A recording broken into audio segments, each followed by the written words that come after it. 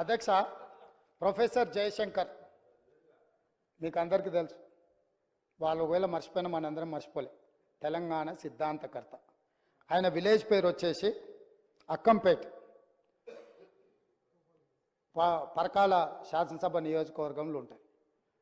వారు పుట్టి పెరిగి అక్కడనే ఉన్న అక్కంపేట విలేజ్ను రెవెన్యూ విలేజ్ కింద కూడా వాళ్ళు ప్రకటించలే అధ్యక్ష. ధరణి తెచ్చినాం, దందాలు చేసినాం అని చెప్తారు తప్ప కనీసం జయశంకర్ గారు పుట్టి పెరిగిన ఊరు, ఆయన చివరి కోరిక రెవెన్యూ విలేజ్గా అక్కంపేటను మార్చమని వారు కోరుకుంటే 9.5 సంవత్సరాలైన ప్రొఫెసర్ జయశంకర్ గారు సొంత ఊరుని తెలంగాణ రాష్ట్ర చిత్రపటం మీద రెవెన్యూ విలేజ్గా కూడా గుర్తించక ఒక అనాథలాగా వదిలేస్తే మా ప్రభుత్వం వచ్చినాక జీఓఆర్టీ నెంబర్ 405 7/12/2023 ఎన్నడు అధికారం చేపట్టిన అధ్యక్ష 7 తారీఖు నాడు, డిసెంబర్ 7 నాడు అధికారం చేపట్టిన మరుక్షణం ప్రొఫెసర్ జయశంకర్ గారు సొంత ఊరును రెవెన్యూ విలేజ్గా ప్రకటించి జీవో ఇచ్చింది. ప్రొఫెసర్ జయశంకర్ గారు సిద్ధాంతకర్తను గౌరవించిన గొప్ప చరిత్ర మా ప్రభుత్వాన్ని.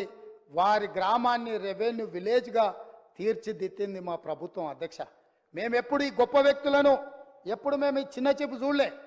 వాళ్ళు పార్టీ పెట్టుకున్న రోజు వాళ్ళకు నిలువ నీడనిచ్చిన కొండా లక్ష్మణ్ బాపూజీ జలదృశ్యాన్ని వాళ్ళ పార్టీ ఆఫీస్కి ఇస్తే కనీసం ఆయన చనిపోయినప్పుడు చివరి చూపులకు కూడా వారిని చూడడానికి, వారిని పరామర్శించడానికి పోలే. అట్లాంటిది మీరు తెలంగాణ గొప్పతనాల గురించి, తెలంగాణ త్యాగాల గురించి మీరు మాట్లాడితే ఎట్లుంటుంది? దయ్యాలు వేదాలు ఒలవేసిండ్రు అని ఏదో అంటారు కదా, వీళ్ళని చూస్తే దయ్యాలు కూడా సిగ్గుపడేటట్టే ఉన్నాయి అధ్యక్ష. ఏమో వీళ్ళని మాతో పోలుస్తురేందని అదే చెప్పిన, అవి కూడా వీళ్ళని చూస్తే కొంచెం వెనక ముందు అయ్యేటట్టుంది. అదేవిధంగా అధ్యక్ష కొమరం భీం ఎవరు అధ్యక్ష? కొమరం భీముడు ఎవరి? కొమరం భీముడు జల్ జమీన్ జంగుల్ అని చెప్పి ఆ రోజు ఆదివాసీల కోసం యుద్ధం చేసిన పోరాట యోధుడు అధ్యక్ష. మనకు స్ఫూర్తి ప్రదాత. కొమరం భీం ఘాట్ ప్రకటించి దాన్ని పూర్తి చేయక గాలికి వదిలేస్తే 9.5 సంవత్సరాలు అక్కడ 30 ఇండ్లు మంజూరు చేసి నిధులు ఇవ్వక, కొమరం భీం వారసుల కాడ ఇండ్లు కట్టించడానికి వీళ్ళు నిధులు ఇవ్వకపోతే ఒక 6 మంది సొంత డబ్బులతో ఇల్లు కట్టుకున్నారు. ఒక 6 మంది మాకు వద్దని పునాదులు వేయలేదు. మిగతా 18 మంది నిధులు లేక మొండి గోడలతో నిలబడితే మా ప్రభుత్వం వచ్చిన వెంబడే కొమరం భీం వారసులకు ఇండ్లు కట్టించడానికి 20 కోట్ల రూపాయలు మంజూరు చేసి ఆ ప్రాంతాన్ని మొత్తం అభివృద్ధి చేయండి అని చెప్పి కొమరం భీం వారసులకు ఇండ్లు కట్టించే బాధ్యత 7 తారీఖు నాడు మేము నిర్ణయం తీసుకున్నాం అధ్యక్ష. ఇదే కాదు అధ్యక్ష, ఇంద్రవెల్లి అంటేనే రోమాలు నిక్కబొడుచుకుంటాయి అధ్యక్ష. దళితులు, గిరిజనులు, ఆదివాసీలు పోరాటానికి స్ఫూర్తిగా తీసుకొని ఈ ప్రపంచం ముందు నిటారుగా నిలబడి నేల కొరిగినరు తప్ప ఎవరికి లొంగలేదు, వంగలేదు. అట్లాంటి ఇంద్రవెల్లిని 9.5 సంవత్సరాలలో ఏ రోజైనా ఒక స్మృతి వనం కింద మారుద్దాం, ఒక స్ఫూర్తినిచ్చే పుణ్యక్షేత్రంగా చేద్దామని ఏ రోజైనా ఆలోచన చేసిండ్రా అధ్యక్ష? మేము ఆలోచన చేసినాం. ఎకరం భూమి కేటాయించినాం, 1 కోటి రూపాయలతో స్మృతివనం చేసి పోరాట యోధులకు సముచితమైన స్థానం కల్పించడమే కాదు, ఆనాడు నేల కొరిగిన 1981 ఏప్రిల్ 20 తారీఖు నాడు నేల కొరిగిన కుటుంబాలను వెతికి ఎక్కడున్నారో వాళ్ళను చేరుకొని వాళ్ళకి ఇందిరమ్మ ఇల్లు కట్టుకోవడానికి ఇంటి స్థలంతో పాటు ఇల్లు కట్టుకోవడానికి 5 లక్షల రూపాయలు ఆ కుటుంబాలకు ఇచ్చి ఆదుకున్న చరిత్ర మాది. పోరాట యోధులను, త్యాగాలు చేసిన వాళ్ళను గుర్తించిన చరిత్ర మాది అధ్యక్ష. మా ప్రభుత్వమే, మా పార్టీ త్యాగాలకు నిలయం అధ్యక్ష. మా పార్టీ చేసిన త్యాగాలతో పోలిస్తే ఎవరు మా పార్టీలో కలెక్షన్ కావాలన్నప్పుడల్లా రాజీనామా డ్రామా, ఖర్చులకు ఏమన్నా నగదు కావాలంటే నగదు బదిలీ పథకం పెట్టాలంటే రాజీనామాలు చేయరా, ఎంబడే పట్టుకరండి, నగదు తేయండి. ఇది త్యాగానికి ఇక్కడ ఉన్నాడు వెంకటరెడ్డి. మంత్రి పదవి తెలంగాణ రాష్ట్రం వచ్చే వరకు తీసుకోని అన్నాడు, ఉమ్మడి రాష్ట్రంలో తీసుకోలే. మళ్ళీ తెలంగాణ వచ్చినాకనే మంత్రి పదవి చేపట్టిండు. మీలాగే కాదు, 3 నెలల తర్వాత మళ్ళెమ్మడి వచ్చి కుర్చీలో కూర్చున్న అలవాటు ఇక్కడ లేదు. కాబట్టి మీకు అసలు మాట్లాడే అర్హత ఎక్కడిది? అందుకే అదే కాదు అధ్యక్ష, గూడ అంజన మీకు అందరికీ తెలుసు.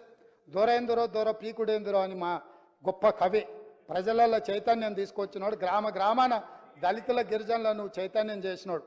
గూడ అంజన్న క్యాన్సర్ వచ్చి చచ్చిపోయే ముందలా చివరి రోజుల్లో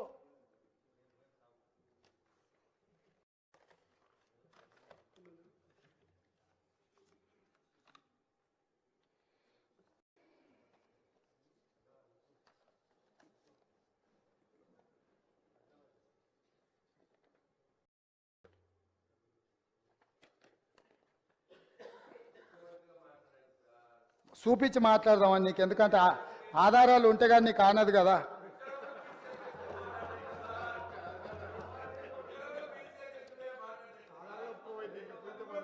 గూడ అంజన్న కన్నుమూత.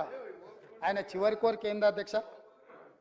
పక్షవాతంతో బాధపడుతూ ఆసుపత్రిలో చికిత్స పొందుతున్న సమయంలో ముఖ్యమంత్రి కేసీఆర్ను చూడాలనే చివరి కోరికను అంజయ్య తన కుటుంబ సభ్యులకు తెలియజేశారు.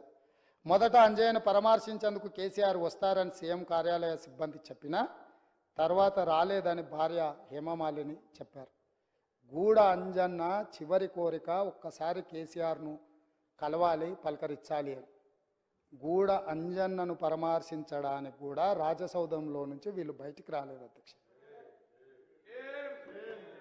అంటే ఈ తెలంగాణ సమాజంలో కవులకు, కళాకారులకు వీళ్ళు ఇచ్చిన గౌరవము, మర్యాద, గూడ అంజన్న పరిస్థితే గిట్లుంటే తెలంగాణలో పరిస్థితులు ఎట్లున్నాయో మీరు ఒక్కసారి అర్థం చేసుకోండి అధ్యక్ష. నేను ఎందుకు చెప్తున్నా అంటే వాళ్ళలాగా మేము కాదు అధ్యక్ష. గద్దరన్న వినతి పత్రం ఇద్దామని ప్రగతి భవన్ ముందల పోయి ఎర్రటెండకు మిట్ట మధ్యాహ్నము 3 గంటలు అక్కడ నించుంట కూడా లోపలికి రానియలేదు అధ్యక్ష. గద్దరన్న చనిపోయిన రోజు ఆసుపత్రికి వచ్చి పోలీసులు అక్కడి నుంచే శవాన్ని ఇంటికి తీసుకెళ్లి అక్కడికక్కడ దాన సంస్కారాలు చెయ్యాలనే ప్రయత్నం చేస్తే మేము అక్కడికి వెళ్ళి నిలబడి గద్దరన్న శవాన్ని తీసుకొని వచ్చి ఎల్బీ స్టేడియంలో పెట్టి ప్రజల సందర్శనార్థం పెట్టి లక్షలాది మందిని తీసుకొచ్చి సందర్శించే విధంగా చేసి గద్దరన్నకు నివాళులు అర్పించే అవకాశం తెలంగాణ సమాజానికి అంత మేము ఇచ్చినాం అధ్యక్ష. 10 నిమిషాలు చంద్రశేఖరరావు గారికి గద్దరన్న శవాన్ని అయినా నివాళులు అర్పించడానికి సమయం దొరకకపోతే వీళ్ళ తెలంగాణ ఉద్యమకారులను గౌరవించేదని మీ ద్వారా అడుగుతున్న అధ్యక్ష. అందుకే ఏ గద్దరన్న పేరు చరిత్రలో ఉండొద్దని వాళ్ళు అనుకున్నారో, ఏ గద్దరన్నని చరిత్ర పుటలలో కప్పేయాలని చూసినో ఆ గద్దర్ గారి పేరు మీదనే నంది అవార్డులను, నంది పురస్కారాలను గద్దర్ పురస్కారాల కింద మార్చి శాశ్వతంగా ప్రతి సంవత్సరం గద్దరన్నను స్మరించుకునే విధంగా వీళ్ళు వద్దనుకున్న అందశ్రీ జయ జయ తెలంగాణ వాళ్ళ చెవులల్లో మారు మోగాలని ఇవాళ మా ప్రభుత్వం నిర్ణయాలు తీసుకున్నది అధ్యక్ష. ఇవన్నీ మా నిర్ణయాలు కాదు, ప్రజల యొక్క అభిప్రాయాన్ని మేము శాసనం చేసినాం. ఇది ప్రజల తరఫున ప్రజలు ఎన్నుకున్న ప్రభుత్వం, ప్రజాప్రభుత్వం చేస్తున్న ఒక మంచి ప్రయత్నం అధ్యక్ష. ఈ ప్రయత్నాలను అభినందించకపోయినారు అధ్యక్ష. వాళ్ళకు మనసు రాదు, లేకపోతే వాళ్ళకు ఉద్దేశం లేకపోవచ్చు, వాళ్ళకు వేరే మేము ఇక్కడ ఉన్నామని చూడడానికే ఇష్టపడకపోవచ్చు. ఈ కుర్చీలో పేదవాడు ఒక రైతు కొడుకు ఇక్కడికి వచ్చి కూర్చోవడం కొంతమందికి నచ్చకపోవచ్చు. వాళ్ళకి ఏమంటారు ఏంది జీర్ణించుకోకపోవచ్చు. కరెక్టే. మావాడు ఉంటాడంటే ఆ రైతు పిల్లగాడు ఉన్నాడు ఏంది, నేను నా కళ్ళతో చూడలేదు, నాకు ఈ శిక్ష వద్దని మీరు అనుకుంటే నేనేం చేస్తా అధ్యక్ష? అట్లా ఎవరైనా అనుకోని కళ్ళల్లో సీసం పోసుకున్నారు అనుకో అధ్యక్ష, మనం ఏం చేస్తాం అధ్యక్ష? వాళ్ళు ఇష్టం అధ్యక్ష, నేనేం అంటలేను. కాబట్టి ఇవాళ నేను అడిగేది ఒకటే అధ్యక్ష, మీ భవన్లు ఇంకా చాలా ఉన్నాయి అధ్యక్ష. ఎందుకు ఇక ఫీల్ అవుతారు ఇప్పుడే ఎందుకు మళ్ళా? కానీ నేను ఒకటే మాట చెప్పదలుచుకున్నా అధ్యక్ష.